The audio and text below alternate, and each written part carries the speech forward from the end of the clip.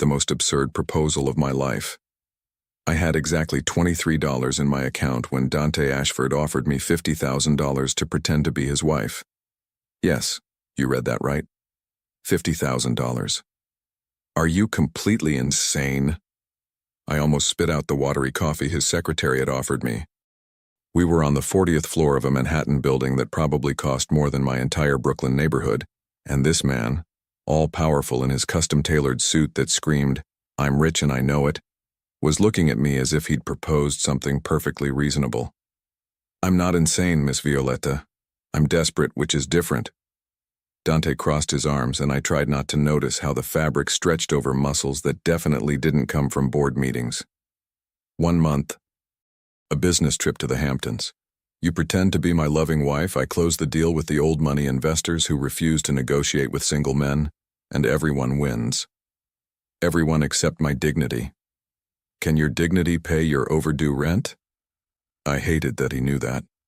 I hated even more that he was right. Why me? I asked, standing up to appear minimally intimidating, which was difficult considering he was about a foot taller than me. There must be thousands of women willing to, because you're real. He cut me off, his gray eyes assessing me in a way that made my skin tingle. No pretense, no affectation. My partners will believe you. Was that a compliment or an insult? Take it however you want, but decide quickly. The flight leaves tomorrow. And that's how, somewhere between madness and desperation, I sold my soul, or at least a month of it, to the devil with gray eyes and an arrogant smile. What could possibly go wrong? The rules of pretending. 24 hours later, I was standing in front of a walk-in closet bigger than my entire apartment, holding a dress that cost more than my car. Well, more than my car would cost if I actually owned one. "This is insane," I muttered, running my fingers over silk that felt like liquid moonlight. Completely, utterly insane. "You said that yesterday." Dante's voice came from the doorway, making me jump. "And yet here you are." I turned to find him leaning against the frame, arms crossed, looking infuriatingly comfortable in worn jeans and a white t-shirt. Somehow he looked even more dangerous dressed down, like a wolf pretending to be a dog. "Here I am," I echoed, gesturing at the mountain of designer clothes his personal shopper had delivered that morning. Wearing someone else's life. For $50,000, you can wear whatever life you want for a month. But he pushed off the doorframe and walked into the room, his room in his penthouse where I'd be staying until we left for the Hamptons tomorrow. "We need to go over the rules." "Rules?" I raised an eyebrow. I didn't realize fake marriage came with a manual. "Everything in my world comes with a manual, Violetta." The way he said my name, slow and deliberate, made something flutter in my stomach. Probably indigestion from the expensive breakfast his chef had made. "Rule number 1, we're madly in love." I snorted. "Sure, because that's believable. It has to be." He stepped closer, and suddenly the massive closet felt very small. "These investors are traditional, family-oriented. They need to see a couple who can't keep their hands off each other. You want me to touch you?" The words came out higher than I intended. His lips curved into that infuriating smirk. "Terrified of touching me, Violetta? Terrified of catching whatever disease makes someone this arrogant?" He laughed, actually laughed, and the sound did something weird to my chest. "Rule number 2, we know everything about each other. Favorite foods, pet peeves, how we met. How did we meet, in this fantasy of yours?" Dante tilted his head, studying me with those storm gray eyes. "Coffee shop. You spilled espresso on my shirt. I was furious until you laughed and told me my ego needed the stain. I blinked. That's actually kind of perfect. I'm good at what I do." He moved to the window, hands in his pockets. "Rule number 3, no falling in love." The statement hung in the air like a challenge. "Excuse me?" "This is business, Violetta. Clean, simple, transactional. We play our parts, I get my deal, you get your money, and we walk away. No complications." "You really think I'd fall for you?" I crossed my arms, matching his earlier stance. "Your ego is showing, Ashford." I've had women fall for less than $50,000 in a month in the Hamptons. His voice was matter-of-fact, not boastful. Somehow that was worse. I'm just making expectations clear. Crystal clear, I shot back. Don't worry. My heart is safely locked away from arrogant millionaires with control issues. Billionaire, he corrected. What? Billionaire. Not millionaire. He turned back to me and something flickered in his expression, something almost vulnerable before the mask slammed back down. If you're going to insult me, at least get the tax bracket right. I should have been intimidated, should have been impressed. Instead, I laughed. Oh, this is going to be fun, I said, picking up the silk dress. Your fake wife is going to make your life hell, Dante Ashford. For a moment, just a moment, his mask slipped again. His eyes crinkled at the corners, a real smile threatening to break through. I'm counting on it, he said softly. And that's when I realized the real danger wasn't pretending to be his wife. It was pretending I didn't want to know what was hiding behind that carefully constructed armor. Rule number 3 suddenly seemed a lot more important than I'd initially thought. The next morning, as I zipped my new suitcase full of clothes I'd never dreamed of owning, my phone buzzed. My best friend Mika's name flashed across the screen. Tell me you didn't actually do this, her voice came through. Tell me you didn't sell yourself to some billionaire daddy warbucks. I prefer to think of it as a business arrangement, I said, watching through the window as Dante's driver loaded luggage into a black SUV. This is literally the plot of every romantic comedy ever. You know how this ends.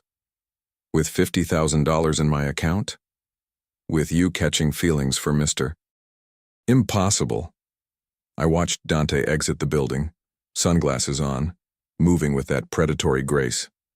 A woman walking by actually stopped and stared. Not going to happen, I told Mika, my voice firm. Sure, she said, not believing me for a second. Just remember, I'm maid of honor at the real wedding. There won't be a real wedding. That's what they all say. As I hung up and grabbed my suitcase, I caught my reflection in the mirror. Designer dress, professional makeup, hair styled by someone who actually knew what they were doing. I looked like I belonged in Dante Ashford's world. The question was, could I belong there without losing myself? Rule number 3 echoed in my mind as I headed downstairs. No falling in love. How hard could it be? The first performance. The Hamptons estate looked like something out of a magazine. Actually, it probably was in magazines. Multiple magazines. With titles like Architectural Digest and Homes of People Who Have More Money Than Sense. Close your mouth, sweetheart, Dante murmured in my ear as the car pulled up the circular driveway. You're supposed to be used to this. Sorry, I left my unimpressed billionaire wife face in my other Prada bag, I whispered back through gritted teeth. His hand found mine, fingers interlacing. The touch sent electricity up my arm. Showtime, he said, and squeezed. The Wentworths were exactly what I'd expected, old money in human form. Richard Wentworth had silver hair, a firm handshake, and eyes that could spot a fake Rolex from 50 paces. His wife, Catherine, wore pearls that probably cost more than my college tuition, and a smile that didn't quite reach her eyes. Dante, Richard boomed, and this must be the woman who finally tamed the untamable bachelor. Guilty, I said, letting Dante pull me against his side. His arm around my waist felt surprisingly natural, though I prefer to think I civilized him. Catherine's laugh was genuine this time. Oh, I like her already. Everyone does, Dante said, looking down at me with an expression that made my stomach flip. That's the problem. Was he acting? Or was that real affection in his voice? How did you two meet? Catherine asked as we settled on the terrace overlooking the ocean. Dante's been so secretive about his personal life. Coffee shop in Brooklyn, Dante answered smoothly, his thumb drawing circles on my hip. Distracting, infuriating circles. She spilled espresso on my favorite shirt. It was an accident, I protested, playing my part. And you were being rude to the barista. I was being efficient. You were being a nightmare. Richard laughed. Sounds like true love to me. The afternoon blurred into evening. I played the role of devoted wife, laughed at the right moments, touched Dante's arm when appropriate. He was equally convincing, constantly finding reasons to stay close, a hand on my lower back, fingers brushing my shoulder, casual kisses on my temple that felt anything but casual. It was all fake. So why did my heart race every single time? "You're good at this," I told him later, when we'd escaped to our assigned bedroom. One bedroom, one bed. Because of course married couples shared beds. "Years of practice," he said, loosening his tie. "Business is just another performance." "Is everything a transaction to you?" I asked, kicking off the heels that were murdering my feet. He paused, tie hanging around his neck, and looked at me. Really looked at me. "Not everything," he said quietly. Before I could process that, a knock interrupted us. "Dinner in 30 minutes. Catherine's voice called through the door. "Oh, and Violetta, wear something special. Richard's nephew is joining us." Such a charming young man. I didn't miss how Dante's jaw tightened. 30 minutes later, I descended the staircase in a red dress that hugged every curve. Dante was waiting at the bottom, and the look on his face made me feel like the only woman in the world. "You're staring," I whispered. "You're stunning," he replied, not bothering to hide it. "Fake compliments for the fake wife? Violetta." His voice dropped. "There's nothing fake about how you look in that dress." My cheeks heated, but I didn't get to respond because a new voice interrupted. Well, well, Uncle Richard didn't mention Dante was bringing a goddess. The nephew, Harrison apparently, was conventionally handsome in that prep school trust fund way. Blonde hair, perfect smile, and eyes that immediately traveled places they shouldn't. "Harrison, this is my wife, Violetta," Dante said, and there was something sharp in his tone. His arm slid around my waist, pulling me closer, possessively. "Wife?" Harrison's smile faltered. "Since when?" "Since she agreed to marry me," Dante replied coolly. "Best decision of my life." Dinner was torture, not because of the food, which was incredible, but because Harrison spent the entire meal trying to engage me in conversation while Dante grew progressively quieter beside me.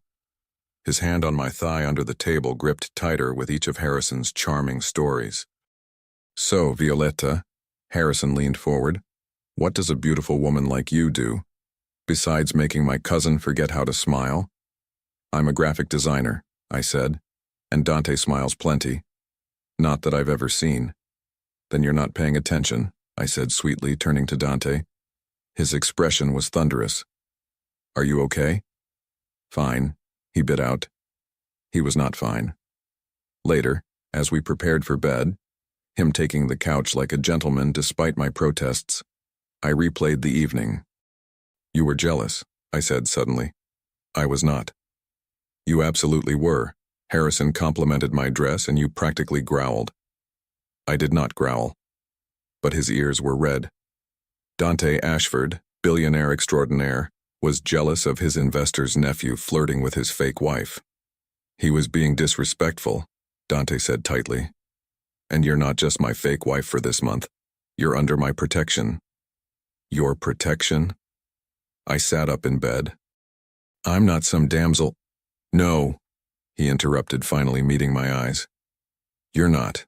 You're brilliant and funny and you don't take my shit, and you look so damn beautiful tonight that every man in that room couldn't stop staring, and I—" He stopped abruptly. "You what?" I whispered. "Nothing." He grabbed a pillow from the couch. "Forget it. Good night, Violetta." But as I lay in the dark, listening to his breathing from across the room, I couldn't forget it. Rule number 3 suddenly felt like a ticking time bomb, and we were only on day 2. I woke up to find Dante already awake, sitting on the couch with his laptop, looking like he'd been up for hours. His hair was messy, he wore only sweatpants, and somehow he still managed to look like he belonged on the cover of Forbes. "Do you ever sleep?" I mumbled, rubbing my eyes. "Do you always look this cute in the morning?" He shot back, then immediately looked surprised at his own words. I threw a pillow at him. He caught it without looking up from his screen. Catherine planned activities for today, he said, clearing his throat. Sailing. I don't know how to sail. Neither do most rich people. We just stand there looking attractive while other people do the work. Despite myself, I laughed. Must be exhausting being you. You have no idea. But he was smiling. That rare, genuine smile that made him look younger, less burdened. 2 hours later, I understood what he meant about looking attractive. The yacht was massive, the ocean was gorgeous, and I was wearing a white bikini that Dante's personal shopper had chosen. His eyes had nearly fallen out of his head when I emerged from the bathroom. That should be illegal, he'd muttered. The bikini, the way you look in it. Now on the deck, Harrison was making another appearance, offering to help me with my life jacket like I was incapable of basic motor functions. I've got it, Dante said tersely, appearing at my side. His hands replaced Harrison's, adjusting the straps with more force than necessary. She's my wife. I'll help her. Possessive much? Harrison smirked. It's just a life jacket, cousin. Cousin? I whispered to Dante. Distant. Very distant. Like I wish he was in another country distant. I bit back a laugh. The sailing trip was beautiful. The Wentworths were discussing business with Dante while I pretended to understand nautical terms. Harrison kept finding excuses to sidle up to me. You know, he said, leaning against the railing beside me, if you ever get tired of the grumpy billionaire act, I'd be happy to show you how fun life can be. I'm married, I reminded him. Marriages end. His smile was predatory, especially ones that seem convenient. My blood ran cold. Did he know? Before I could respond, Dante was there, handing me a glass of champagne. Darling, you left this at the table. His arm slid around my waist and he pressed a kiss to my temple that lingered just a second too long. Everything okay here? Just fine, Harrison said smoothly. Just getting to know your lovely wife. She's very easy to get to know, Dante said, his voice friendly but his eyes sharp. Which is why I married her. That, and the fact that she's the only person who's ever called me on my bullshit. Is that what you call love? Harrison asked mockingly. No, Dante said, turning to look at me. His gray eyes held something intense, something that made my breath catch. Love is when someone sees all your flaws, all your damage, all the walls you've built, and instead of running away, they decide you're worth the effort anyway. The world seemed to stop. I swallowed hard. That's beautiful. I read it somewhere, he said softly, but his thumb was drawing circles on my hip again and I could feel his heartbeat where our bodies pressed together. Harrison excused himself, looking annoyed. You scared him off, I said when we were alone. Good. Dante's jaw was tight. He was looking at you like you were dessert. And how do you look at me? The question hung between us. His eyes dropped to my lips, then back to my eyes. Like I'm in trouble, he admitted quietly. So much trouble. Dante, Richard's calling me, don't wander off. He pressed another kiss to my forehead and walked away, leaving me dizzy and confused. That evening, Catherine insisted on a couples game night. I wanted to die. It'll be fun, she promised. Just some friendly competition. Friendly. Right. The game was about how well couples knew each other. Dante and I were going to be exposed as frauds in approximately 30 seconds. What's Violetta's favorite flower? Catherine read from a card. Dante didn't hesitate. Sunflowers, because they follow the light and she says it reminds her to always look for the bright side. I stared at him. How did he know that? I'd mentioned it once, casually, during our prep conversations. That's right, I whispered.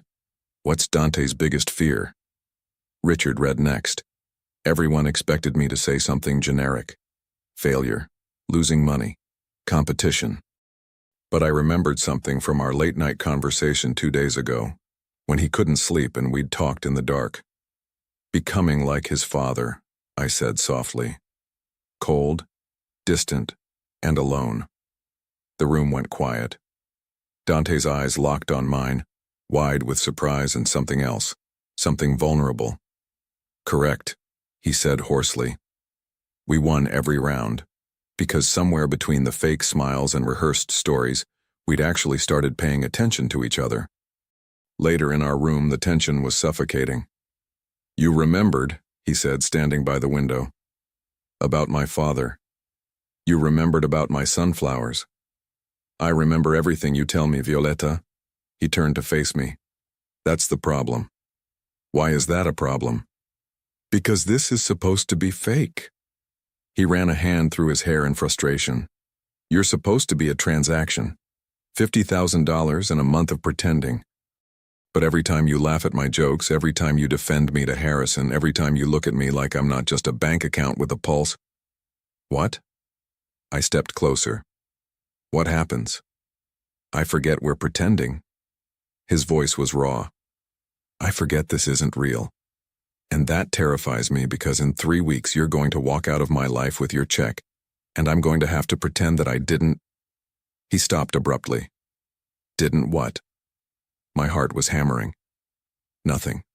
Forget it." He grabbed his pillow from the couch. "I'll sleep in the guest room tonight." "Dante, wait." But he was already at the door. "Rule number 3, Violetta," he said without turning around. "No falling in love.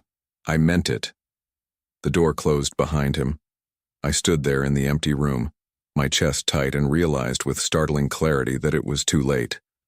I was already falling, and from the desperate way Dante had run from the room, I suspected he was too. The fake marriage was becoming real, and neither of us knew how to stop it. Dante didn't come back to our room that night, or the next morning.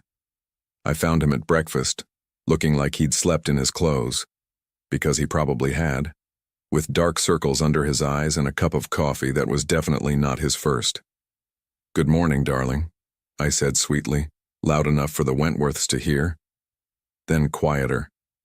"You look like death. Feel like it too," he muttered into his coffee. "Trouble in paradise?" Harrison appeared, looking far too pleased with himself. "Separate rooms last night?"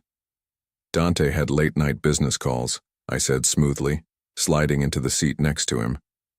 My hand found his under the table, squeezing. "Didn't want to disturb my beauty sleep." "How considerate." Harrison's smile was sharp. Most newlyweds can't stand to be apart. Dante's hand tightened on mine almost painfully. "We're secure enough in our relationship not to be attached at the hip," I said. But I was looking at Dante, trying to read his expression. He wouldn't meet my eyes. Catherine saved us by announcing the day's plans. A charity gala that evening at the country club. Black tie, cameras, the town's elite. Perfect. Just perfect. Back in our room, the silence was deafening. "Are we going to talk about last night?" I finally asked. "There's nothing to talk about." Dante was sorting through his suits, not looking at me. "Really? Because you ran out of here like the room was on fire." I needed space. "From what? Me? The arrangement? Your own feelings?" He slammed the closet door. "Don't. Don't what? Don't point out that you're terrified? Don't mention that you almost admitted you have feelings for me? This is a business arrangement, Violetta." He turned to face me, and his eyes were wild. "That's all it is. In 2.5 weeks you walk away with your money and I close my deal and we both move on with our lives. Is that what you want?" "It's what we agreed to." "That's not what I asked." We stared at each other, the air crackling with everything unsaid. "I need to shower," he finally said, his voice flat. "The gala starts in 3 hours." He walked away, and I was left alone with the sinking feeling that I'd just lost something I never really had. The gala was spectacular. The country club was draped in lights, champagne flowed freely, and everyone was dressed to kill. My dress, a midnight blue number that hugged every curve, had been chosen by Dante's stylist. When I emerged from the bathroom, Dante's reaction was immediate. He stared, just stared. "Say something," I whispered. "You're going to give me a heart attack," he said hoarsely. "That's what I'm saying." Despite everything, I smiled. Is that a compliment? It's a medical fact. He offered his arm, and when I took it, he pulled me close. Stay near me tonight. Harrison will be there, and after champagne, he gets persistent. Worried about me? Always, he admitted quietly.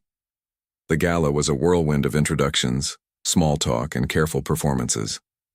Dante kept me close, his hand always on my lower back, my waist, my shoulder. Possessive, protective. And then Harrison struck. Violeta! He appeared with 2 glasses of champagne, already looking tipsy. Dance with me. Your husband's been monopolizing you all evening. That's kind of what husbands do, I said lightly. One dance won't hurt. Harrison's smile was challenging. Unless Dante doesn't trust his own wife. It was a trap, and we both knew it. Refuse, and it looks suspicious. Accept, and go ahead, Dante said tightly. One dance. Harrison's hand was too low on my back. His body was too close, and he smelled like expensive cologne trying to mask the scent of too much alcohol. You're very pretty, Violeta, he slurred slightly. Too pretty for someone as cold as Dante. He's not cold. Please. Everyone knows he's made of ice. Probably why his relationships never last. He leaned closer. But you and me? We could have real heat. I'm married, I said firmly, trying to step back. Are you, though? His eyes were sharp despite the alcohol. Because I've seen married couples and there's something off about you two. Something rehearsed. My blood ran cold. I don't know what you're talking about. Don't you? His grip tightened. I think Dante paid you to be here. I think this whole marriage is a sham to impress my uncle. You're drunk. I'm observant. He pulled me closer, his breath hot on my neck. And I'm going to prove it unless you make it worth my while to keep quiet. I saw red. Let go of me, I said, my voice deadly quiet. Or what? Or I'll make you regret. Suddenly Harrison was ripped away from me. Dante stood between us, his face a mask of fury I'd never seen before. Don't touch my wife, he said, each word dripping with venom. Dante, I started. Did he hurt you? He turned to me, his hands framing my face, checking for damage. Did he touch you inappropriately? Because I swear to God.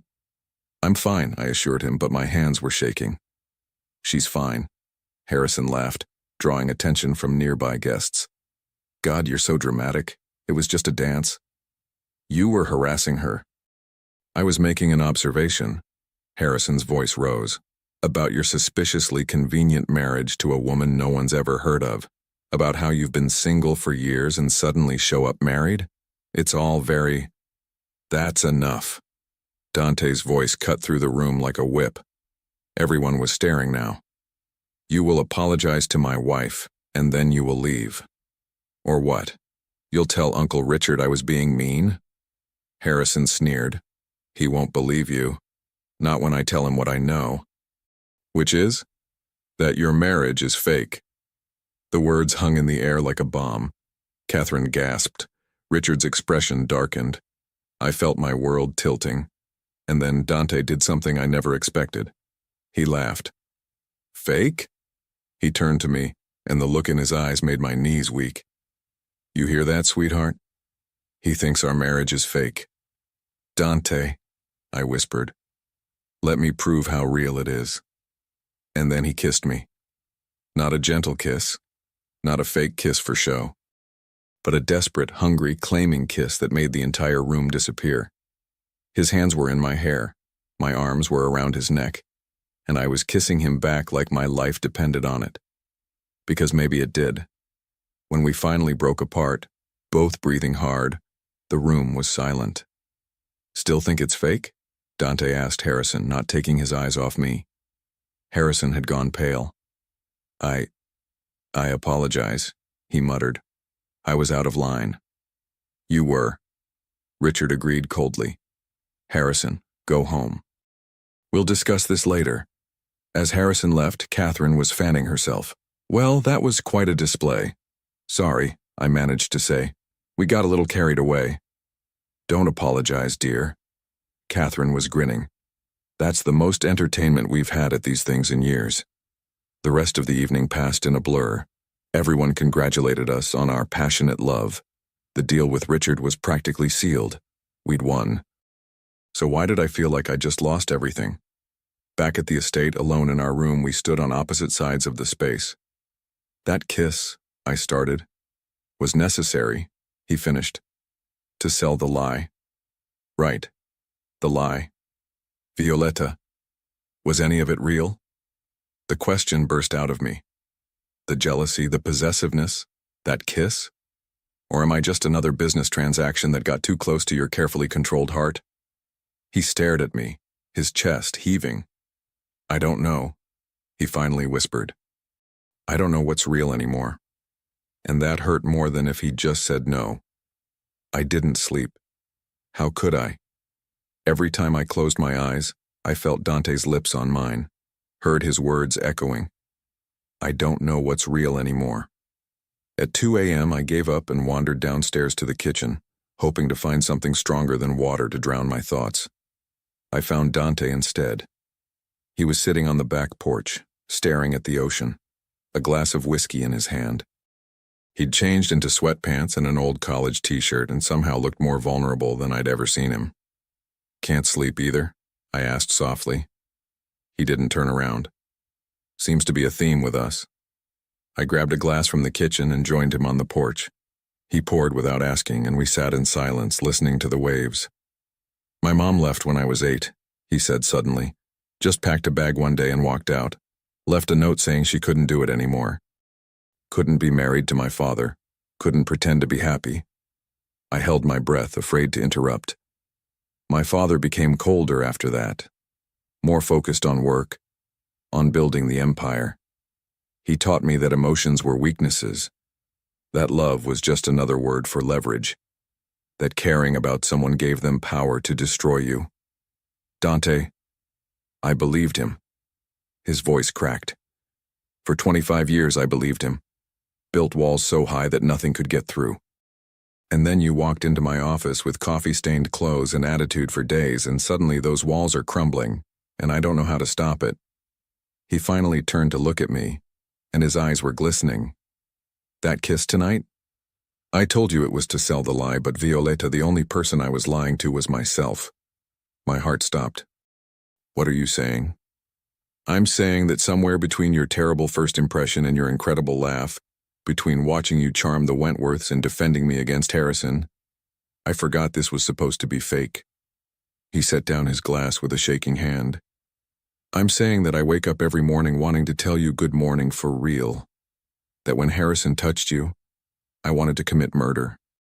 That when you asked if any of it was real, the answer terrified me because what? I whispered. Because it's all real. The words came out in a rush. Every jealous moment, every protective instinct, every time I've wanted to kiss you, and it wasn't for show. It's all real, and it's killing me because in 2 weeks you're going to leave, and I don't know how to let you go. I couldn't breathe, couldn't think, could only feel my heart hammering against my ribs. You're scared, I said softly. Terrified. Of losing me? Of never really having you in the first place. He laughed bitterly. You signed up for $50,000 and a month of pretending, not for an emotionally damaged billionaire who doesn't know how to love properly. Who says you don't know how? Everyone I've ever tried to care about. His voice was raw. My father says I'm too much like my mother, too emotional, too soft. My ex-fiancée said I was cold and distant. I can't win. You had a fiancée? 3 years ago, Madison. She said yes to the ring but couldn't stand the man attached to it. He ran a hand through his hair. She wanted the lifestyle, the status, the money. But when I tried to actually connect with her, share my fears and hopes, she told me I was being too intense and killing the romance with reality. She was an idiot. He blinked at me. What? She was an idiot, I repeated, setting down my own glass. Dante, you're not too emotional or too cold, you're just... Real. You feel deeply and you're scared of it, so you hide behind sarcasm and business deals. But I've seen you. The real you. The man who remembers sunflowers and late-night confessions. The man who gets jealous when someone disrespects me. The man who kisses like the world is ending and he's trying to memorize the moment. Violeta. I'm scared too, I interrupted. I came into this thinking it was just money, just a role to play. But you made me laugh when I was drowning in bills. You made me feel safe when Harrison got too close. You made me feel seen in a way no one ever has. And yes, in 2 weeks this arrangement ends. But Dante, I took a shaky breath. What if it doesn't have to? Hope flickered in his eyes. What are you saying? I'm saying that maybe rule number 3 was doomed from the start. Maybe we were always going to fall. Maybe. A door slammed inside the house. Voices. Catherine and Richard arguing about something. The moment shattered. We should go to bed, Dante said, standing abruptly. Separately. Before we do something we regret. Would you regret it? He looked at me for a long moment. I'd regret not giving you the choice. Not making sure you want this for the right reasons, not just because you're caught up in the performance. And if I am sure? Then ask me again in 2 weeks, he said quietly. When the money is in your account and the deal is closed. When there's nothing between us but the choice to stay or go. Ask me then. He walked away, leaving me alone with the ocean and a heart full of hope and terror. The next morning brought a surprise. Richard wanted to finalize the deal early. I've seen enough, he told Dante over breakfast. You've clearly got your life together. Wife, priorities straight, ready to commit long-term. Let's sign the papers today and celebrate. It was everything Dante had wanted. Everything we'd worked for. So why did he look so miserable? The signing was quick and professional. Richard transferred the funds, Dante signed the contracts, and just like that, it was done. The deal that required a fake wife was complete. Congratulations, I told him later, back in our room as we packed to return to Manhattan. You did it. We did it, he corrected. Couldn't have done it without you. So what now? He was quiet for a long moment, folding a shirt with more care than necessary. Now we go back to New York. I transfer your money, and we figure out what comes next. Do you want to figure it out? I asked carefully. Or do you want me to just take the money and disappear like we planned? What I want and what's smart are 2 very different things, Violeta. Before I could respond, my phone rang. Mika's name flashed across the screen. I should take this, I said, stepping into the bathroom for privacy. Vi, oh my God, you're all over social media. What? That kiss. Someone recorded it and posted it. It's viral. Billionaire Dante Ashford and mystery wife share passionate kiss at charity gala. You guys are couple goals. My stomach dropped. Mika, I need to tell you something. Wait. There's more. Some journalist is digging into your background. Asking questions about when you got married, where you met, whether it's legitimate. Vi, what's going on? Ice filled my veins. I'll call you back. I returned to find Dante on his phone, his face pale. My PR team just called, he said. There's a reporter questioning the legitimacy of our marriage. Someone's been talking, probably Harrison, and now they're digging into marriage certificates, background checks, everything. What does that mean? It means if they prove it's fake, the deal with Richard could fall apart. He could sue for fraud. My reputation would be destroyed. He looked at me, and for the first time, I saw real fear in his eyes. Violeta, I'm so sorry. I never thought it would blow up like this. What do we do? I don't know. My lawyers are working on it, but... He sank onto the bed. The only way to completely shut it down would be to... To what? He met my eyes. To make it real. Actually get married, legally. Then they can't prove anything because there won't be anything to prove.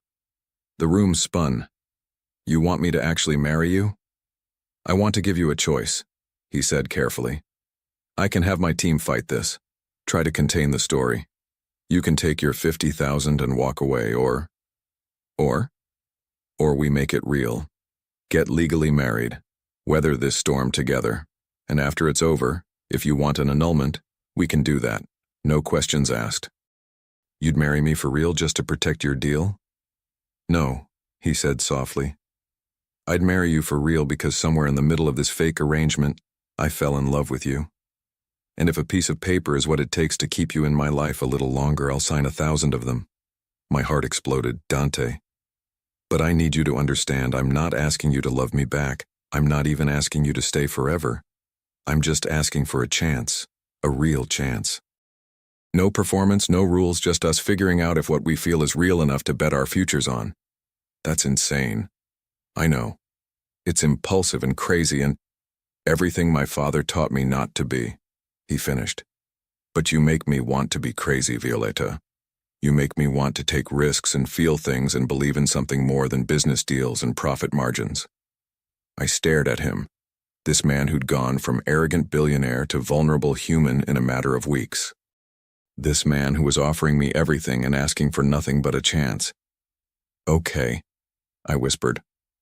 Okay? Let's make it real. You're getting married. Actually married. To the fake husband who became a real husband. Do you hear how insane this sounds? Mika was pacing in my tiny Brooklyn apartment while I tried to decide between 2 dresses for the courthouse wedding scheduled in exactly 4 hours. I hear it, I said, holding up a simple white sundress. Believe me, I hear it. And you're sure about this? Because, Vi, you've known this guy for 3 weeks. I know. And he's a billionaire with trust issues and an ex-fiancé and a father who taught him that emotions are weaknesses. I know. And you're in love with him. I dropped the dress. How did you? Please. Mika stopped pacing and grabbed my shoulders. You've been in love with him since week 1. You just didn't want to admit it because it was supposed to be fake. Her expression softened. The question is, does he love you back? Really love you, not just need you for damage control? He said he does. And you believe him? That was the million-dollar question, wasn't it? I think, I said slowly, that Dante Ashford is the most terrified person I've ever met. Terrified of being hurt, of being left, of being too much or not enough. But when he looks at me, Mika, when he kisses me or remembers small details or gets jealous when other men get too close, I don't think that's fake. I don't think he knows how to fake that. So you're betting your whole heart on I think? Isn't that what love is? A gamble that the person is worth the risk? Mika pulled me into a hug. Just promise me something. If he hurts you, I get to key his fancy car. Deal. 2 hours later, I stood outside the courthouse in the white sundress with a bouquet of sunflowers that Dante had somehow managed to arrange. He stood next to me in a perfectly tailored navy suit, looking nervous for the first time since I'd met him. Last chance to run, he said quietly. Are you trying to get rid of me, Ashford? I'm trying to give you an out. This is a lot. The media scrutiny, the investigation, marrying someone you barely know. I know enough. I turned to face him fully. I know you take your coffee black with 1 sugar. I know you pretend to hate romantic comedies, but I saw you crying during the ending of that movie on the plane. I know you call your assistant at midnight because you forget normal people sleep. I know you're afraid of becoming your father, but you're nothing like him because he never would have taken a risk on something as unpredictable as love. His eyes were glassy. Violeta. And I know that I'm terrified too.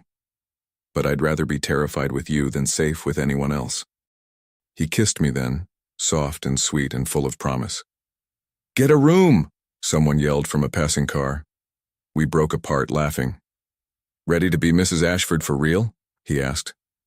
Ready to be stuck with me forever? I countered. Forever doesn't seem long enough. The ceremony was simple. Just us, Mika as my witness, and Dante's lawyer Marcus as his. The judge, a kind woman in her 60s, smiled at us warmly. I've been doing this for 30 years, she said. And I can always tell the real ones from the convenient ones. You two? You're the real deal. If only she knew.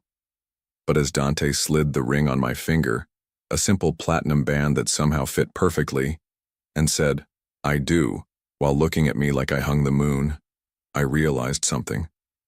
Maybe we'd started as a convenience, a transaction, a performance. But somewhere along the way, we'd become real. And that terrified and thrilled me in equal measure. "You may kiss your bride," the judge announced. Dante cupped my face in his hands. "Hi, wife," he whispered. "Hi, husband. I love you. I should have said it before, but I'm saying it now. I love you, Violeta Ashford." Hearing my new name on his lips made my knees weak. "I love you too," I whispered back. "Even though you're arrogant and controlling and you hog the blankets." "I do not hog the blankets. You absolutely do. Should we discuss this now?" "Shut up and kiss me." He did. And it was perfect. Outside the courthouse, we ran straight into a wall of cameras. "Mr. Ashford, is it true your marriage was fake? Violeta, did he pay you to marry him? Are you responding to the fraud allegations?" Dante's arm tightened around me protectively. I felt him tense, ready to unleash the corporate shark I knew lurked beneath. But then I remembered something he'd said, that I made him want to be real. "Yes," I said loudly, and the cameras swiveled to me. "He paid me $50,000 to pretend to be his wife for a month." Dante stiffened. Mika gasped. The reporters went wild. "But here's what they won't tell you," I continued, my voice strong. "That money was supposed to help me pay rent I couldn't afford, to buy groceries, to survive in a city that eats people like me for breakfast. I took that deal because I was desperate, not because I'm some gold digger looking for a payday." "Violeta," Dante started, but I squeezed his hand. "And yes, it started as fake. We had rules and boundaries and an expiration date. But then something happened. I fell in love with him, with his terrible coffee habits and his secret romantic side and the way he pretends to be made of stone but feels everything so deeply it scares him. And he fell in love with me, with my stubbornness and my terrible first impressions and the fact that I call him on his bullshit. The reporters were eating it up. So judge us if you want. Call it a scandal. Call it fraud. But we just came from the courthouse where we got legally married. Not for a deal, not for money, but because when you find someone who makes you want to take risks and feel things and be better than you were yesterday, you hold on tight and you don't let go. I turned to Dante. "Right?" He was staring at me with wonder. "Right," he said hoarsely. Then louder. "My wife said it better than I ever could. This started as business. It became everything. And I don't care what anyone thinks about how we got here because we're here now and I'm not letting her go." He kissed me in front of all the cameras, and I heard Mika whooping in the background. When we finally pulled apart, a reporter called out, "What about the fraud allegations?" "Not fraud if it's real," Marcus said smoothly, stepping forward with papers. "They're legally married as of 1 hour ago. Marriage certificate right here. Now, if you'll excuse us, my clients have a honeymoon to get to." "We did?" Dante pulled me toward a waiting car. "Trust me?" he asked. "Always." The car took us not to his penthouse, but to a small private airport. "Where are we going?" I asked, as he led me to a private jet. "Somewhere we can be alone. No cameras, no reporters, no business deals. Just us." "Dante, I don't have clothes or—" "Already handled. I had my assistant pack everything you need." "You had this planned?" "I had this hoped," he corrected. "The moment you said yes at the Hamptons, I started planning for the possibility that you might actually mean it." Once we were airborne, champagne in hand, I finally asked the question that had been nagging me. What if I'd said no, at the courthouse? Then I would have respected it. Let you go. Spent the rest of my life wondering what if. He set down his glass and took my hand. "But you said yes." "And Violeta, I need you to understand something. That money I promised you, it's yours whether you stay or go. This marriage, these feelings, none of it is transactional anymore. If you wake up tomorrow and realize you've made a mistake, you can leave. No judgment, no demands, no strings. And if I don't want to leave, Then I'll spend every day for the rest of my life proving that you made the right choice. That's a long time. Not long enough, he said, echoing his earlier words. We flew for hours, and when we finally landed, I realized where he'd brought me. Hawaii? I breathed, looking at the tropical paradise outside the window. You said once that you'd never been anywhere tropical, that your family couldn't afford vacations.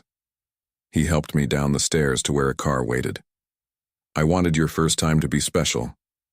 Dante Ashford, are you being romantic? I'm being terrified, he admitted. Because this is real now. You're my actual wife. And I have no idea how to be a good husband, but I'm going to try. I'm going to fail sometimes, probably say the wrong thing or work too late or forget important dates. I kissed him to shut him up. You're already a good husband, I said against his lips. Because you're trying. Because you're real. Because you're you. I don't deserve you. Probably not. But you're stuck with me anyway. He laughed, and it was the most beautiful sound I'd ever heard. That night, in a beachfront villa with the ocean singing outside, Dante Ashford made love to his wife. Not his fake wife. Not his business arrangement. His actual, legal, real wife, who he loved more than he'd ever thought possible. And as I fell asleep in his arms listening to his heartbeat, I realized something. The best love stories aren't the ones that start perfectly. They're the ones that start messy and complicated and totally insane, and somehow become exactly what you didn't know you needed. We'd started as strangers with a contract. We'd become everything. And I wouldn't change a single moment. Hawaii was a dream. 10 days of sunshine, ocean waves, and Dante Ashford with his walls completely down. We swam at midnight, made love on the beach, talked until sunrise about everything and nothing. He told me about his childhood dreams of being an architect. I told him about my father who died when I was 12 and how I still talk to him sometimes. We were happy. So, of course, reality had to crash in eventually. It came in the form of a phone call the morning we were scheduled to fly back to New York. Dad, Dante said, his entire body tensing as he looked at the caller ID. I should take this. I'd never met Dante's father. Hadn't even seen pictures. But I knew enough to know this man had carved wounds into Dante's soul that still hadn't healed. I'll give you privacy, I said, starting to leave. No. His hand caught mine. Stay, please. I stayed.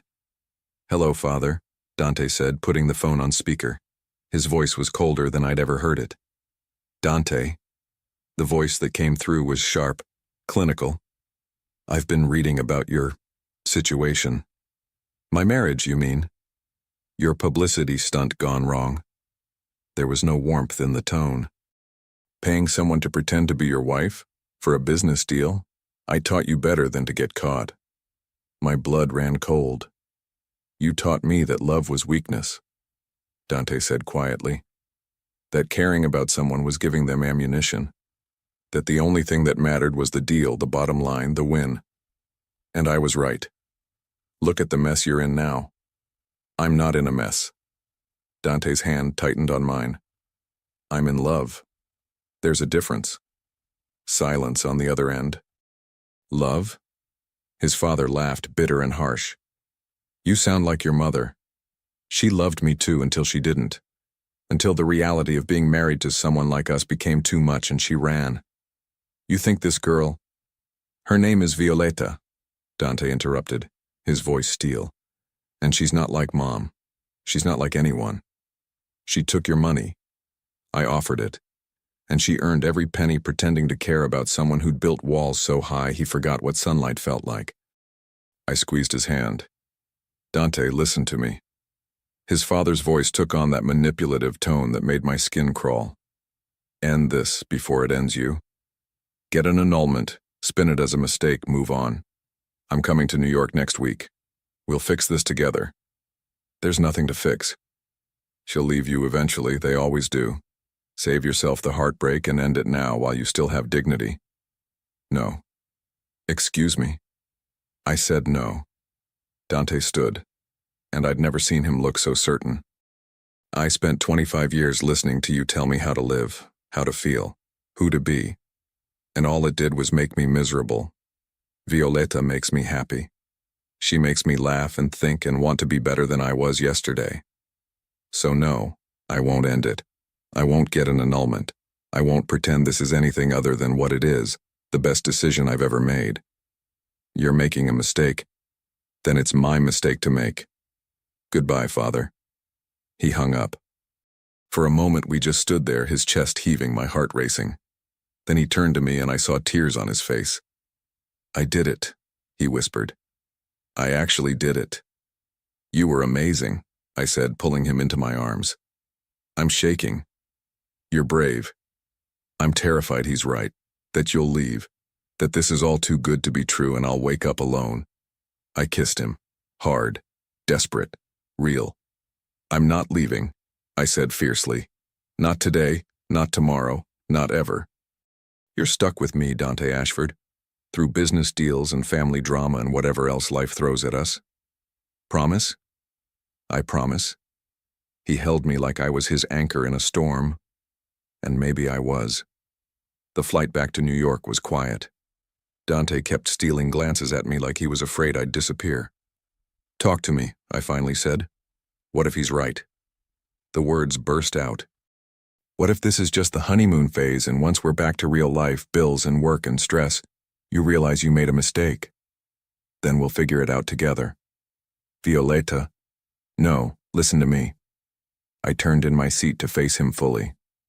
Yes, we started this crazy. Yes, it's been fast. Yes, there are going to be hard days ahead. But Dante, I didn't fall in love with your money or your status or the fantasy. I fell in love with the man who remembers my favorite flowers and gets jealous when other men look at me and cries during romantic comedies when he thinks no one is watching. I wasn't crying. You absolutely were. He laughed through tears. You're impossible. And you love me anyway. I really, really do. We landed in New York to another surprise, a crowd of reporters at the airport. Mr.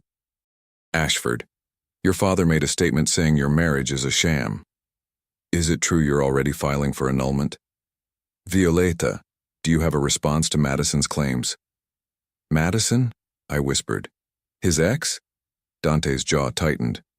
She must have smelled blood in the water. Marcus appeared from nowhere, tablet in hand. She gave an interview.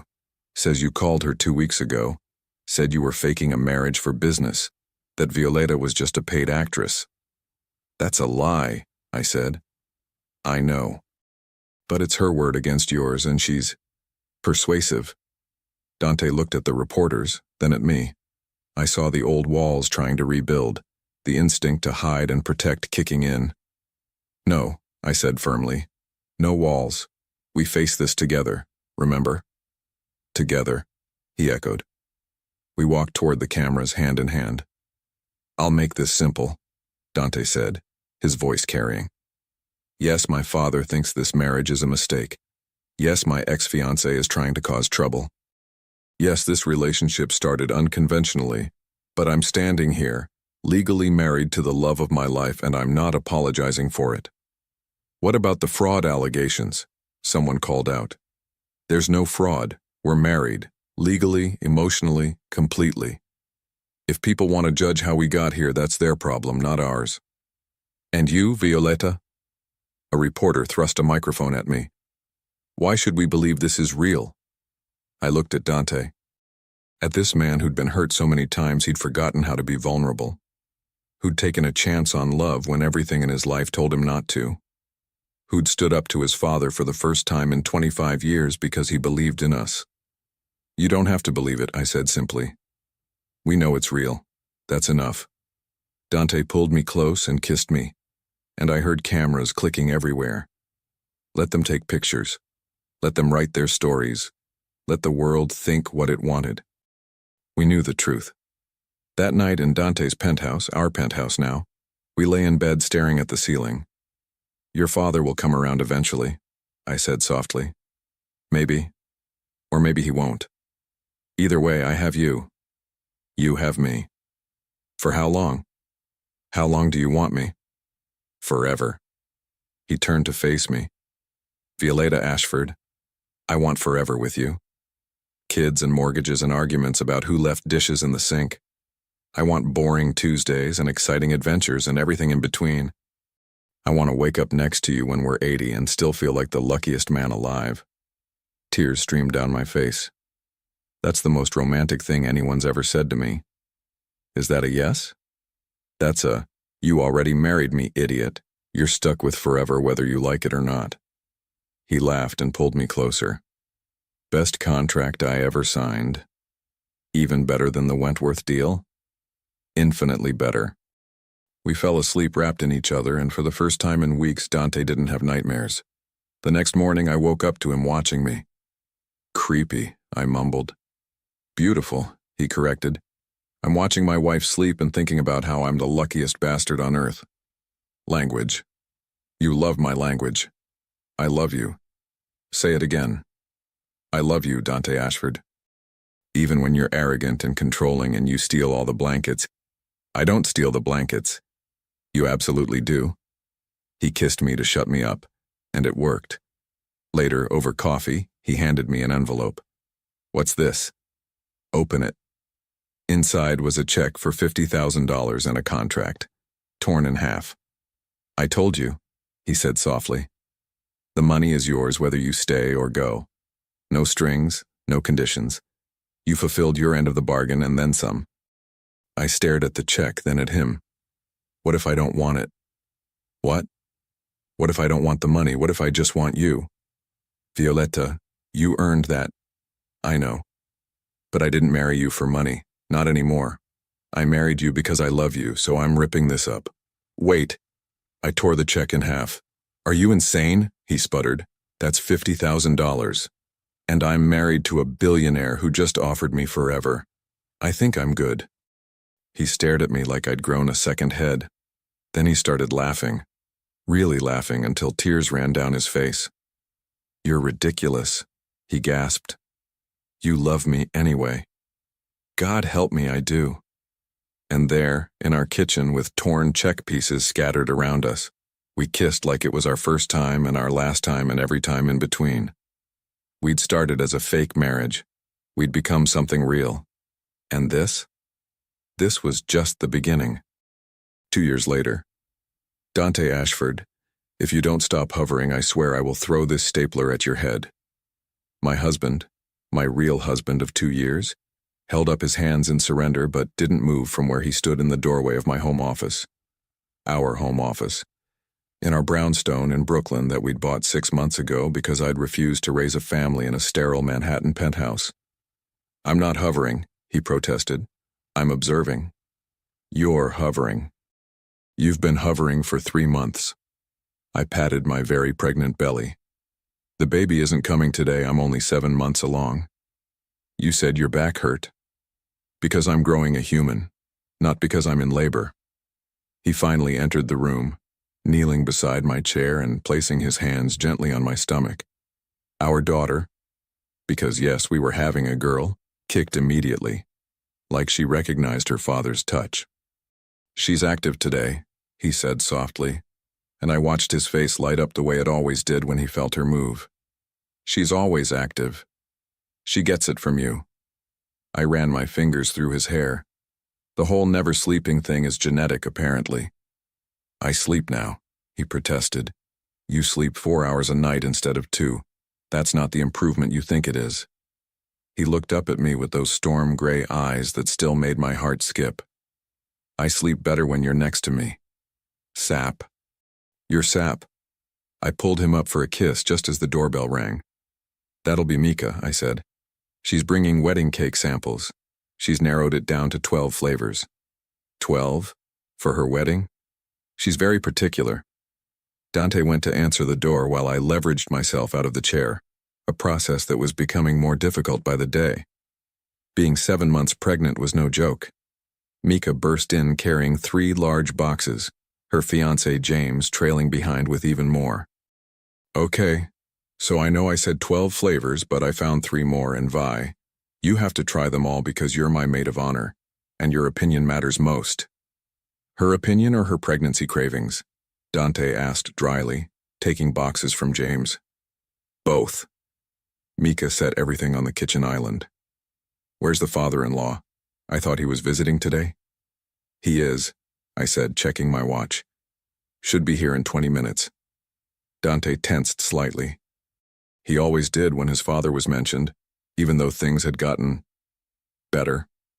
It had taken a year of family therapy, countless difficult conversations, and one memorable Thanksgiving dinner where I'd told Christopher Ashford exactly what I thought of his parenting methods. Dante said I'd been magnificent and terrifying, but slowly, gradually, father and son had started rebuilding their relationship. Christopher still wasn't warm, probably never would be, but he'd shown up to our one-year anniversary dinner. He'd called Dante on his birthday, and when we'd told him about the baby, he'd actually smiled, a real smile, and said, "Congratulations, son. You'll be better at this than I was." It wasn't perfect, but it was progress. The doorbell rang again, and this time I answered it. "Hi, Dad," Dante said to his father, and the word no longer sounded forced. "Dante." Christopher stepped inside, then turned to me. "Violeta, you look radiant." I look like I swallowed a beach ball, but thank you. The corner of his mouth twitched. "How's my granddaughter?" "Active, stubborn, refuses to let me sleep." I smiled. "She's already exactly like her father." "God help you," Christopher said, but there was affection in it. The afternoon turned into evening.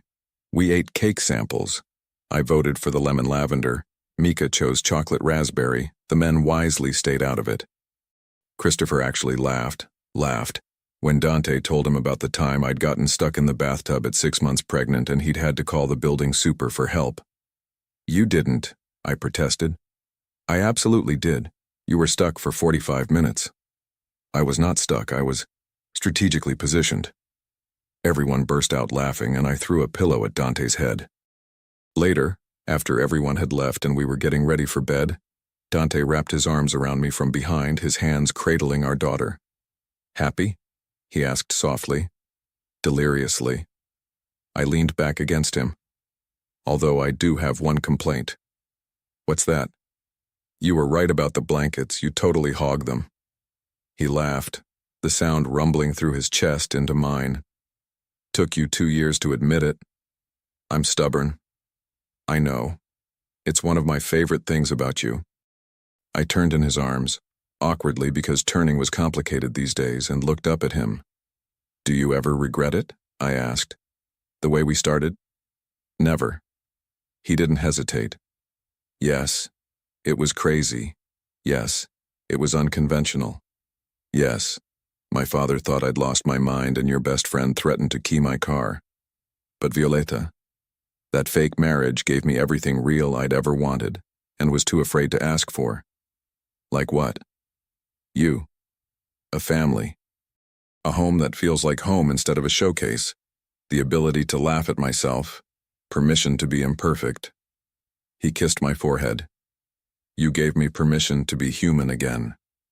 "You gave yourself permission," I corrected. "I just reminded you it was an option. See, that right there. That's why I love you. You never let me get away with anything. Someone has to keep that ego in check." "Speaking of egos," he pulled back slightly, "I have something for you. Dante, you just bought me a car last month." "It's not a car." He produced a small envelope from his pocket. "Open it." Inside was a check for $50,000. I stared at it. "What is this?" "Remember when you tore up the check I gave you? Said you didn't want it because you didn't marry me for money?" "Yes." "Well, I've been investing your share every month since then. Turns out $50,000 grows quite nicely over 2 years when you have a decent investment strategy." He smiled. "This is yours. Do whatever you want with it. Start your own design firm like you've been dreaming about. Donate it. Buy an absurd amount of sunflowers. I don't care. But this money represents your work, your performance, your incredible ability to make people believe in love. You earned it, so take it." Tears streamed down my face. Pregnancy hormones plus Dante being wonderful was a dangerous combination. "I hate you," I sobbed. "No, you don't. I love you so much it's actually annoying." "There it is." He wiped my tears. "So, what are you going to do with it?" I thought about it, about my dreams of starting my own design firm, about the freedom this money represented, about how 2 years ago $50,000 would have changed my life. And now I had everything. Half goes to the baby's college fund, I decided. The other half, I think I'll start that design firm. Call it Ashford and Ashford. We can be business partners. You want to work with me? Terrifying, right? The best kind of terrifying. He kissed me, soft and sweet. Partners in everything. Partners in everything, I agreed. That night, as we lay in bed, Dante curved protectively around me and the baby. I thought about how far we'd come. From strangers with a contract to partners with a future. From fake marriage to real love. From 2 broken people to 1 complete family. Hey, Dante? I whispered into the darkness. Thank you. For what? For spilling metaphorical coffee on my life and making it better. He laughed sleepily. You spilled the coffee, remember? I was the one with the stained shirt. Metaphorically speaking. Metaphorically speaking, he agreed, his hand finding mine in the dark. You ruined my shirt and stole my heart, and I'd let you do it again every single day. Sap. You're sap. Forever. Forever, I echoed. And as I drifted off to sleep, surrounded by love and warmth and the certain knowledge that I was exactly where I belonged, I sent a silent thank you to the universe. For desperate decisions that became beautiful destinies. For fake marriages that became real forevers. For arrogant billionaires with soft hearts and the women brave enough to find them. 2 months later, Scarlett Rose Ashford entered the world at 3:47 a.m., screaming at the top of her lungs with a full head of dark hair and her father's stubborn chin. Dante cried. I cried. Even Christopher cried, though he pretended he had something in his eye. And as I watched my husband hold our daughter for the first time, looking at her like she'd hung the moon and the stars and everything in between, I knew with absolute certainty this was the happy ending we'd been searching for all along. No, scratch that, this was just the beginning. The end.